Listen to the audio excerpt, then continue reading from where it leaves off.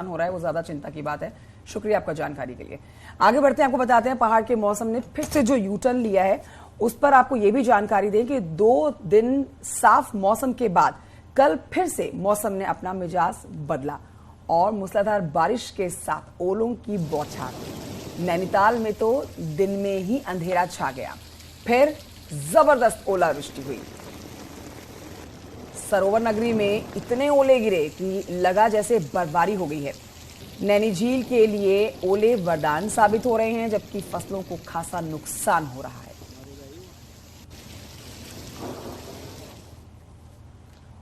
और पहाड़ों में देर रात से ही मौसम खराब है। हिमालयी क्षेत्रों में बर्फबारी तो निचले क्षेत्रों में बारिश हो रही है। बारिश का सबसे बुरा असर केदारनाथ धाम की यात्रा की तैयारियों पर देखा जा रहा है। आपको बता दें कि धाम में पिछले 15 दिनों से लगातार बर्फबारी हो रही है और बर्फबारी के कारण केदारनाथ धाम की यात्रा व्यवस्थाएं पूरी तरह से चरमरा गई है। अभी तक धाम केदारनाथ पैदल यात्रा मार्ग पर आवाजाही शुरू हो जानी थी, लेकिन लगातार बर्फ गिरने से पैदल मार्ग पर ग्लेशियर टूट रहे हैं, जिस कारण पैदल मार्ग नहीं खुल पा रहा है। अब यात्रा शुरू होने से महज 24 दिन का समय शेष है और मौसम लगातार खराब हो रहा है। ऐसे में प्रशासन के सामने भी चुनौतियां खड़ी हो गई हैं।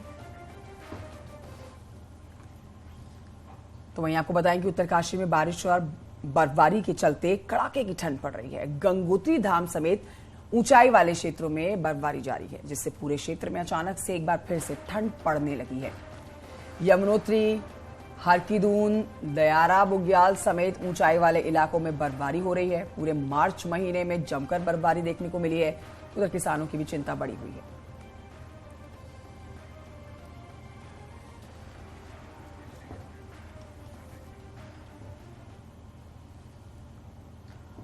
और आपको बता दें कि हाईकोर्ट में आज सुनवाई होनी है। रेणी ग्लेशियर में गायब शवों को खोजने को लेकर ये सुनवाई होगी। गायब 122 शवों को खोजकर अंतिम संस्कार की मांग की जा रही है। तो जोशीमठ और कर्णप्रयाग में आपदा पीड़ितों को मुआवजे की भी मांग की गई। जोशीमठ में सीवर समेत अन्य व्यवस्थाएं दुरुस्त हों, ये भी याचिका में कहा गया। और चारधाम यात्रा के दौरान भी सड़क कटान से परेशानी कम करने की मांग की गई। सड़क निर्माण पर काम कर रही कंपनी पर प्रकृति से खिलवाड़ करने की भी याचिका का आरोप लगाया गया और अजय गौतम की याचिका पर आज सुनवाई होनी है।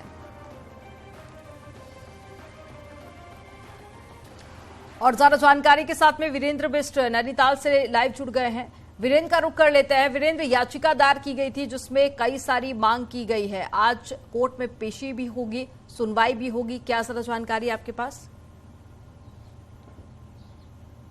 देखिए, जिस तरह से रैणी तपोवन की आपदा में सैकड़ों लोगों जमींदोज हो गए थे और 206 शवों को ही राज्य सरकार खोज पाई थी और 122 शव अब भी गायब होने का दावा किया जा रहा है। और ये जो भारत है उसके अलग अलग राज्यों के ये लोग बताए जा रहे हैं और इसके अलावा नेपाल देश के भी कुछ लोग इस आपदा में गायब बताए जा रहे हैं। जो धर्मगुरु है अजय गौतम, उनकी याचिका पर सुनवाई होनी है और सरकार को इस मसले पर जवाब देना है। और साफ तौर पर कोर्ट ने ये पूछा है कि अब तक इस मसले पर क्या कदम उठाए गए हैं। जो याचिका है उसमें खास तौर पर यह मांग की गई है कि जो भी शव अभी तक गायब हैं उनको खोजा जाए। हिंदू रीति रिवाज के अनुसार उन शवों की जो अंतिम संस्कार है वो किया जाए। इसके अलावा जोशीमठ को लेकर भी हाईकोर्ट सख्त है और राज्य सरकार को नोटिस जारी किए हैं और आज ही राज्य सरकार को अपना पक्ष रखना है और मुआवजे की, जो जोशीमठ आपदा के पीड़ित हैं उनके लिए मुआवजे की मांग की गई है याचिका में। तो आज का दिन अहम है क्योंकि राज्य सरकार को अपना पक्ष कोर्ट में रखना है और अजय गौतम द्वारा जो सवाल उठाए गए हैं उन पर भी राज्य सरकार को अपना जवाब देना है। आपने देखा होगा कि पिछले दिनों जिस तरह से जोशीमठ में त्रासदी आई थी, वहां पर दरारें आ गई थी और इस जो पानी का रिसाव था वो काफी ज्यादा हो गया था और जो काफी लोग थे वहां से शिफ्ट करना पड़ा सरकार को और पीपल कोटी एक जगह है वहां पर उनको बसाने की कवायद चल रही है। लेकिन जो याचिका है, जो हाईकोर्ट में सवाल उठाए गए हैं, उस पर साफ तौर पर यह कहा गया है कि जो लोग हैं उनको उचित मुआवजा राज्य सरकार की ओर से नहीं दिया गया है। इसके अलावा जो उनके जानवर हैं या वहां पर सीवरेज ट्रीटमेंट का प्लांट है उन पर कोई काम अभी तक नहीं किया गया है क्योंकि यात्रा सीजन 22 अप्रैल से राज्य में शुरू हो रहा है। तो जो लोग हैं जोशीमठ वो काफी ज्यादा मात्रा में आएंगे क्योंकि 20,000 की आबादी अगर वहां रहती है तो यात्रा के दौरान 1 लाख से ज्यादा लोग अमूमन वहां रहता है। तो ये कहा जा सकता है कि आज के दिन हाई कोर्ट से कोई अहम निर्णय आ सकता है और जो राज्य सरकार ठीक है, आप नजर बनाए रखिएगा। तमाम जानकारी साझा करने के लिए बहुत शुक्रिया वीरेंद्र आपका। और ये आगे बढ़ते हैं, उत्तराखंड से इस समय एक बड़ी खबर आ रही है जहां पर बिना गाड़ी के पैदल हुए 2500 अधिकारी, तो बिना गाड़ी के अब पैदल हो गए 2500 अधिकारी। राज्य सरकार की 2500 से ज्यादा गाड़ियां कंडम हुई हैं।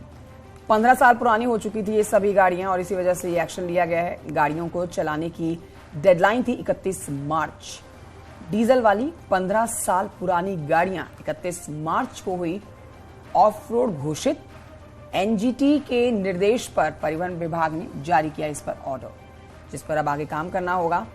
2500 के करीब लोग हैं जो अब जिनकी गाड़ियां कंडम हो जाएंगी, अब उनको पैदल यात्रा करनी पड़ेगी।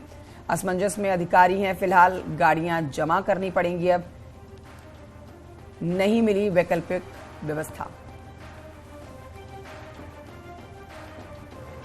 भारती सकलानी हमारी सहयोगी और जानकारी देंगी इसके ऊपर। भारती सकलानी, 15 साल पुरानी हो चुकी है सभी डीजल गाड़ियां हैं जिनको कंडम किया जाएगा, क्या है इस पर और जानकारी, और कितने अधिकारी हैं जिनकी गाड़ी अब छीनी जाएगी?